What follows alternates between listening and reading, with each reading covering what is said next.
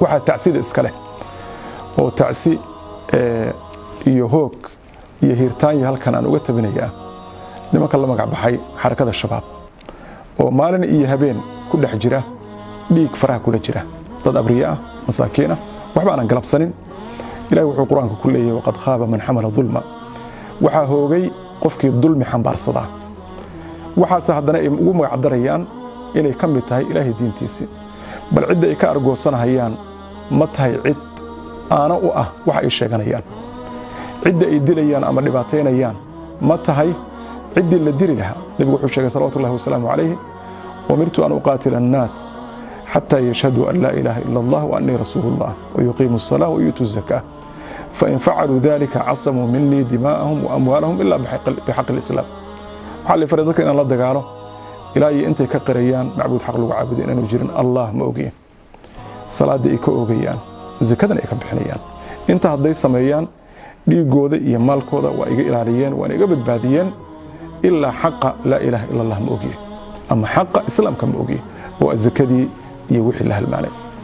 su'aashaas weydiinta waxay tahay dadka hiiraan jooga dadka galguduud jooga reeb baxdo meesha la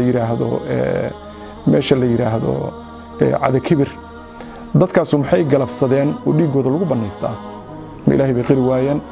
ma salaadii tukan waayeen ma zakadii bay diideen inta midna ma taalo ma u leedahay adigu authority xaqse ma u leedahay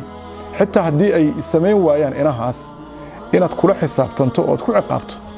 jawaabtu waa maya sadarteed waxa ay duulaanka ku qaadeen nimankaas waa dulmi waxay ka been sheegeen waa aayadka ilaahay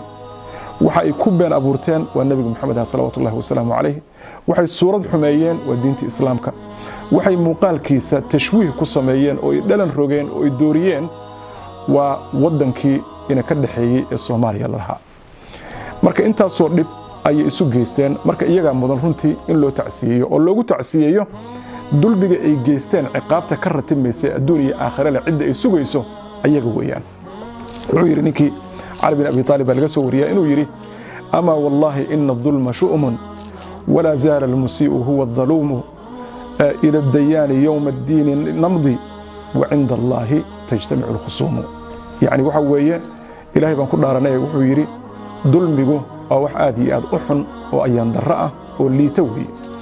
كان زوري ما يقفك الدنبق يقفك كجري عاديستي إنه يهي قفك إساق الظلمان إدبان إلهي سبحانه وتعالى حقي سلا آدي دونا